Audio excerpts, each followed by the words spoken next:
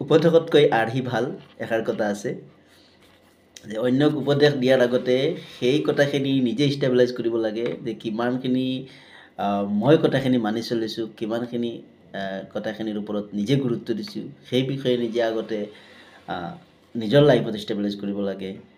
যিকোনো এটা বিষয় যে আনক উপদেশ দিওঁ, এইটো কাম কৰিবা, এইটো নকৰিবা, এইটো বেয়া, এইটো ভাল, এইখিনি উপদেশ দিয়াৰ আগত মই নিজে চিন্তা কৰিব লাগিব মই কিমানখিনি এই কামখিনি কৰিছোঁ, মোৰ লাইফত এই কামখিনি ভালকৈ কৰিছোঁ নে ময়ো বেয়া দিশত গৈ আছোঁ, এইখিনি আগতে নিজে চিন্তা চৰ্চা কৰাৰ প্ৰয়োজন আছে। যে এষাৰ কথা আছে আমাৰ নবী হজৰত মুহাম্মদ সাল্লাল্লাহু আলাইহি ওয়াসাল্লামক এবাৰ এজনী মহিলাই তেওঁৰ সন্তানক লৈ গৈছিল। বৰ বেছিকৈ মিঠাই খায় সন্তানটোৱে, আৰু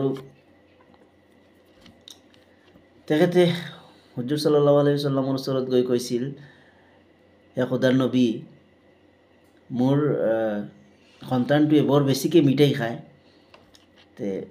তাক মিঠাই খোৱাটো বন্ধ কৰিবলৈ কোৱা, বা তাক মিঠাই খোৱাটো কেনেকৈ বন্ধ কৰাব লাগে অলপ এটা ছাজেশ্যন দিয়া। তেতিয়া হজৰত মুহাম্মদ সাল্লাল্লাহু আলাইহি ওয়াসাল্লামে তাক কৈছিল মিঠাই নাখাবা, কিন্তু তেওঁ নিজেও মিঠাই খায়, মিঠা বস্তু তেওঁ ভাল পায়। তেওঁ আগতে তাক উপদেশ দিয়াৰ আগত তেওঁ কি কৰিছিল, তেওঁ নিজে মিঠাই খোৱাটো বন্ধ কৰিছিল, নিজে মিঠাই খোৱা বন্ধ কৰি সেই সন্তানটোক মিঠাই খোৱাৰ পৰা আঁতৰত ৰাখিবলৈ কৈছিল। গতিকে ইয়াৰ পৰা আমি বুজোঁ যে অন্যক উপদেশ দিয়াৰ আগত আমি নিজে নিজে শুধৰাই ল'ব লাগে, নিজৰ ভুল কোনখিনি আছে এইখিনি আগতে চাব লাগে।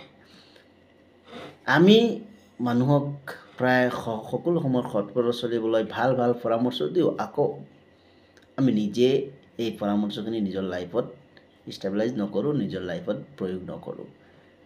নিজৰ জীৱনত বেয়া গুণখিনি ৰাখি মানুহক আকৌ ভাল পৰামৰ্শ দিওঁ। মানুহে আমাৰ পৰা কি শিকিব? জড়িত থাকোঁ, মই যদি শৰাব খাওঁ, মদ খাওঁ, ভাং খাওঁ, এইবিলাক খাওঁ, আকৌ অন্য এজনকো এইবিলাক নাখাবা বেয়া বস্তু, তেনেহ'লে এইখিনি নিজৰ লাইফত কিমানখিনি গ্ৰহণযোগ্য হ'ব? নিজে খাই আছোঁ, আকৌ অন্যক কৈ আছোঁ নাখাবা। গতিকে প্ৰথমে নিজকে শুদ্ধ কৰিব লাগে। নিজে বেয়া কাম কৰি আছোঁ, আকৌ অন্যক কৈছোঁ এইবিলাক কাম নকৰিবা, পাপ দেই, এইখিনি কথা আচলতে যুক্তিযুক্ত নহয়। গতিকে যিকোনো কাম কৰাৰ আগতে নিজে চিন্তা কৰিব লাগে মই এইখিনি কামতকৈ কিমান আঁতৰত আছোঁ, মই ভালে আছোঁ নে বেয়া আছোঁ, মই কোন দিশত গৈ আছোঁ, আৰু নিজৰ দিশটো চিন্তা কৰি অন্যক উপদেশ দিব লাগে।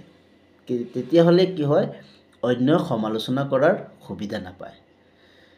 ঠিক আছে, ধন্যবাদ। এইখিনি ভাল লাগিলে কমেণ্টৰ জৰিয়তে জনাবা।